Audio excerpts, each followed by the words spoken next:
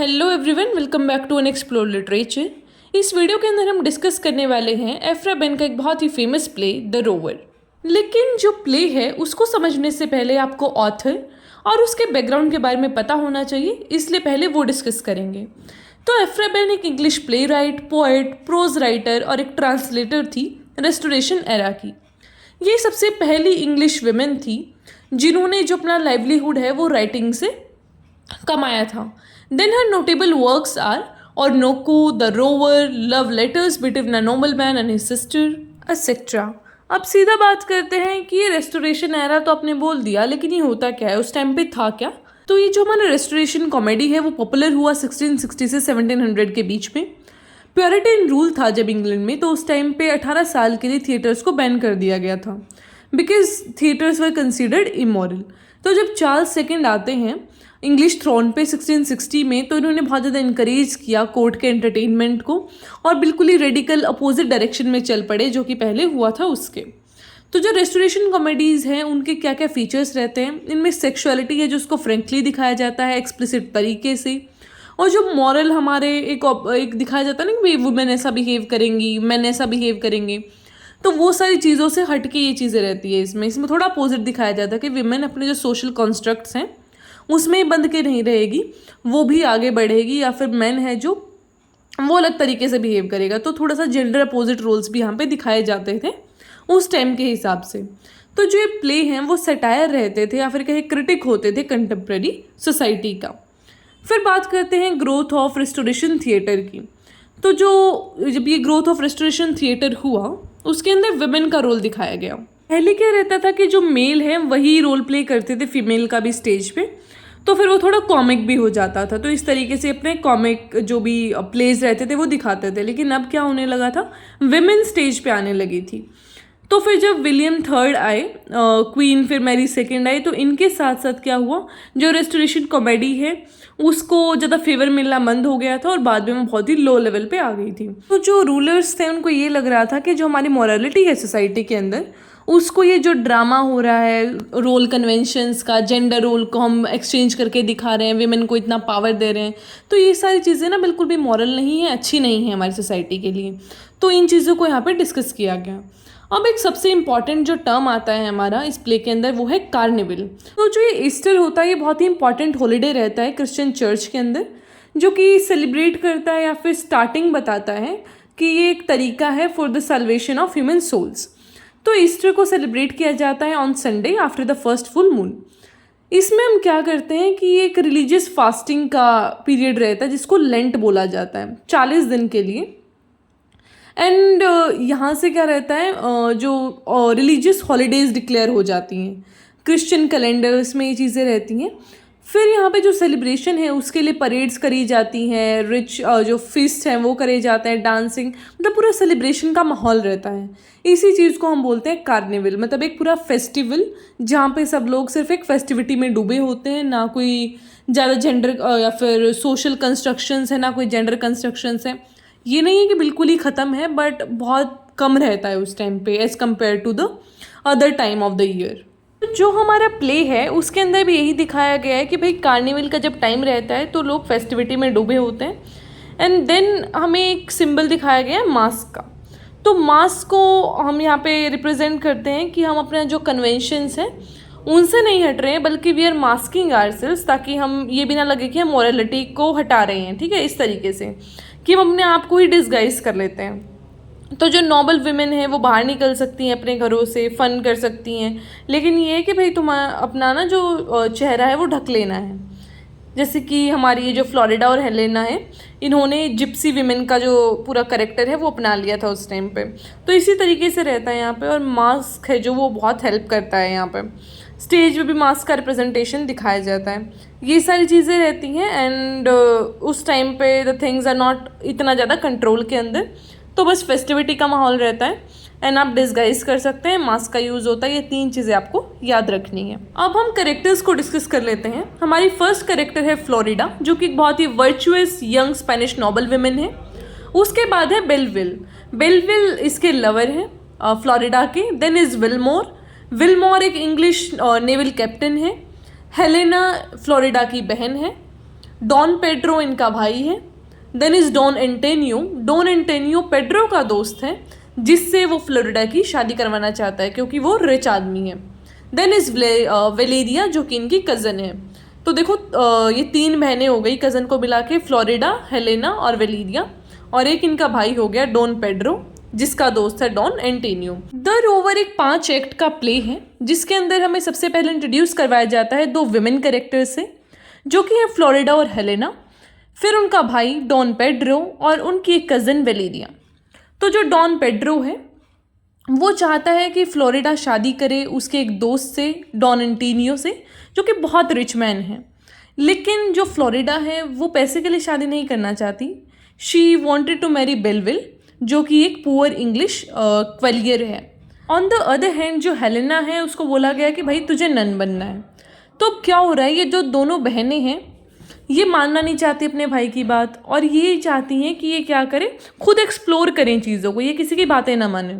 तो ये दोनों क्या करती हैं, डिस्गाइज करके, मतलब ऐसा भेष बदल के निकल जाती हैं कार्निवल के अंदर, जो मैंने फेस्टिवल पहले एक्सप्लेन किया आपको, वहाँ पे ये जाती हैं, अपनी कज़न को साथ में ले लेती हैं। तो ये 3 लड़कियाँ हो गई, फ्लोरिडा, हेलेना और वेलेरिया, जो कि चली जाती हैं कार्निवल के अंदर। तो ये जो लड़कियाँ हैं वो डिस्गाइज होती हैं एज जिप्सी विमेन, एंड वहाँ पे इनको मिलता है विलमोर, और जो बेलविल था इसका फ्लोरिडा का लवर, उसके 2 फ्रेंड भी वहाँ पे होते हैं। तो अब यहाँ पे क्या रहता है कि जो हेलेना है वो फ्लर्ट करती है विलमोर के साथ, क्योंकि कार्निवल का टाइम है तो कर सकती है वो, चाहे वो नॉर्मल विमेन है या फिर कुछ भी है, मतलब ये चीज़ें था वहाँ पे एक्सेप्टेबल, लेकिन अब डिस्गाइज में है, दैट इज़ मोस्ट इम्पॉर्टेंट। तो अभी हेलेना का फ्लर्टिंग चल रहा है विलमोर के साथ, और जो ब्लेविल है उसके 2 दोस्त हैं यहाँ पे, फेडरिक और ब्लिंट, जो कि मैंने 2 माइनर कैरेक्टर्स का रेफरेंस पहले दिया भी था। तो जो फेडरिक है वो वेलेरिया के साथ ऐसे बातचीत करता है वहाँ पे, और जो ब्लंट है उसको भी कोई पसंद होती है लड़की जिसका नाम होता है लुसिटा। तो जो लुसिटा है बाद में जाके उसको चीट भी कर देती है। तो यहाँ पे हमें क्या पता चलता है कि ये जो आदमी है विलमोर, ये एक बहुत ही ऐसा मस्कुलिन सा, हैंडसम सा आदमी है, एंड ये जो सारे लोग हैं मिलके ऐसा डिस्कस कर रहे होते हैं एक फेमस ऐसा प्रोस्टिट्यूट के बारे में जिसका नाम होता है एंजेलिका बेनेका। अब ये जो इसका कंपनी है वो बहुत ज़्यादा महंगा है लोगों के लिए, तो ये लोग डिस्कस कर रहे होते हैं कि यार हम कितने गरीब हैं, हम एंजेलिका को भी अफोर्ड नहीं कर सकते, जितने पैसे ये चार्ज करती है ना इतने में तो we can have a company of a princess. तो वैसे बात कर रहे होते हैं वहाँ पे। वहीं पे क्या रहता है कि जो डॉन पेड्रो है और डॉन एंटेनियो, ये दोनों दोस्त होते हैं, तो ये एंजेलिका के पास जाते हैं। अब इन दोनों को पता नहीं होता क्योंकि सब भेष बदल के घूम रहे हैं उस टाइम पे। तो एंटेनियो है जो, वो वहाँ पे गया था और उसका जो एंगेजमेंट है वो हो रखा है फ्लोरिडा के साथ। तो पेड्रो उसको देख लेता है कि ओ मतलब मेरी बहन से ऐसा एंगेजमेंट करके तू ऐसे प्रोस्टिट्यूट्स के साथ घूम रहा है। तो बहुत गुस्से में हो जाता है, इसको चैलेंज कर देता है कि ठीक है अब तू मेरे साथ लड़ाई कर, अगर तू जीत गया तो मैं अपनी बहन की शादी तेरे से करवा दूंगा, otherwise you go to hell. ये चीज़ें रहती हैं। तो विलमोर है जो वो ट्राई करता है एंजेलिका की पिक्चर ऐसा चोरी करने का वहाँ से, ये उसके घर के बाहर होते हैं।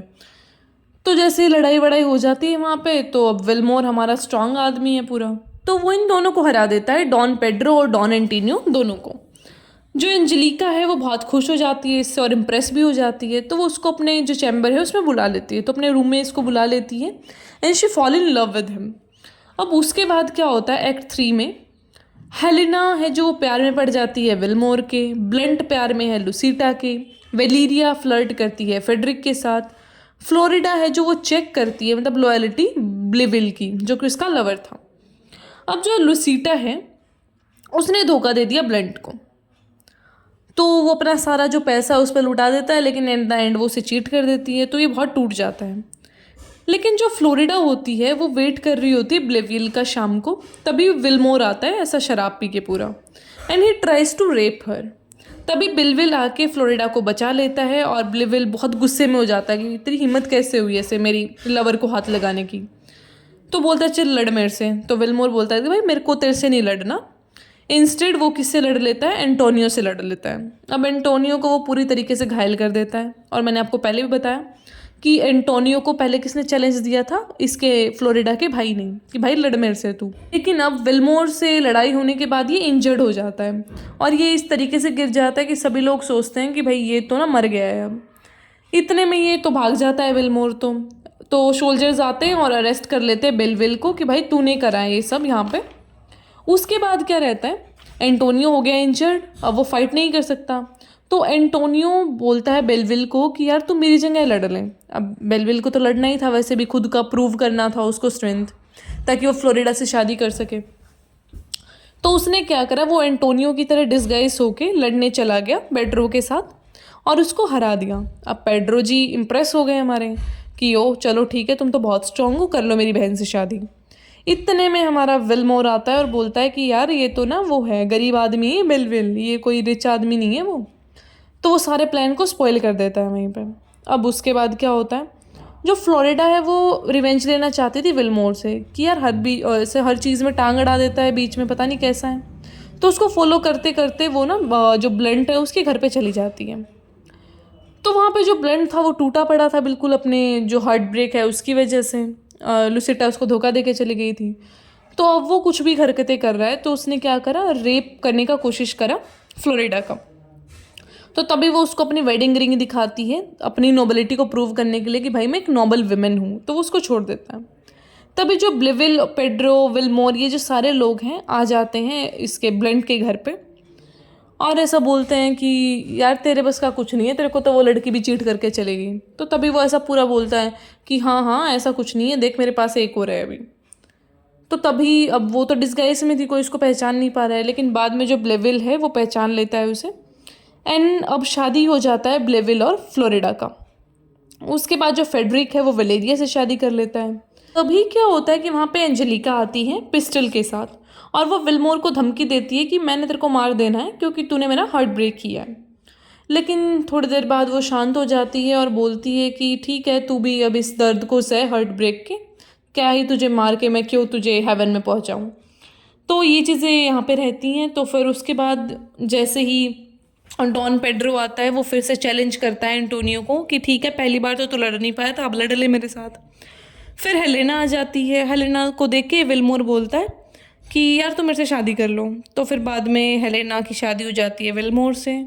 तो एट द एंड सबकी शादियाँ हो चुकी हैं और इस तरीके से जो पूरा प्ले है वो एंड होता है।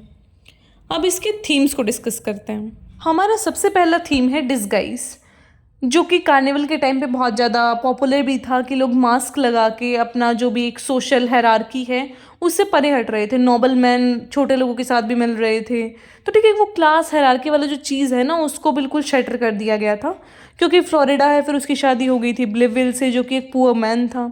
तो इस तरीके से हम जो डिस्गाइज हैं उसका यूज़ करके पूरी जो क्लास हायरार्की है उसको हटा रहे हैं। Then is love and lust, कि एक proper pure form of love क्या होता है। And the second thing is lust, कि सिर्फ आप अपनी सेक्सुअल डिज़ायर्स को पूरा करने के लिए किसी के साथ हैं।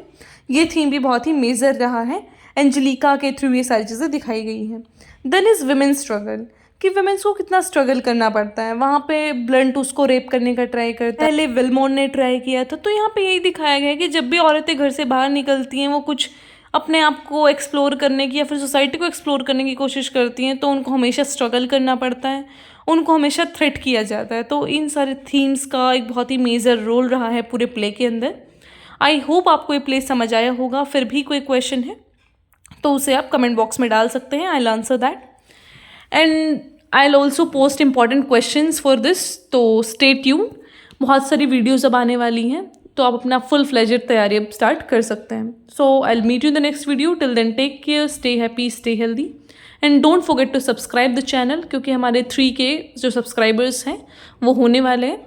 तो please help us to achieve that target जल्दी ही। Okay, I will meet you in the next video. Bye bye.